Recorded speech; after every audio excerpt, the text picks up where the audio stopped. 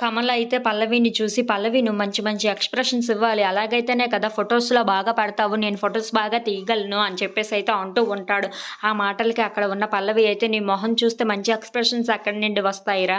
నీ చెడ్డ ఎక్స్‌ప్రెషన్సే వస్తాయి ఫూల్" అని చెప్పేసైతే అనుకుంటూ ఉంటుంది. ఇంతలో అక్కడ ఉన్న వాళ్ళందరూ అయితే పసుపు కార్యక్రమాన్ని మొదలుపెడుతూ ఉంటారు. ఇంతలో అక్కడ ఉన్న పల్లవి అయితే శ్రీకర్‌కి పసుపు రాద్దామని చెప్పి పసుపునైతే తీసుకుంటూ ఉంటుంది. ఇంతలో అక్కడ ఉన్న కమల అయితే ఫోటోస్ తీస్తూ ఉండగా తన కాలు జారి అయితే కింద పడిపోబోతూ ఉంటాడు. ఇంతలో అక్కడ ఉన్న పల్లవి దగ్గరికి వెళ్ళి అయితే అక్కడ పడిపోబోతూ ఉండగా అక్కడ ఉన్న పల్లవి చేతిలో ఉన్న పసుపు అయితే కమల్ మొహానికి అయితే రాస్తూ ఉంటుంది. ఇంతలో అది చూసిన పల్లవి అయితే ఒక్కసారిగా షాక్ అయిపోతూ ఉంటుంది. అక్కడ ఉన్న వాళ్ళందరూ కూడా ఏంటి ఇలా జరిగింది అని చెప్పేసి అయితే అందరూ అనుకుంటూ ఉంటారు.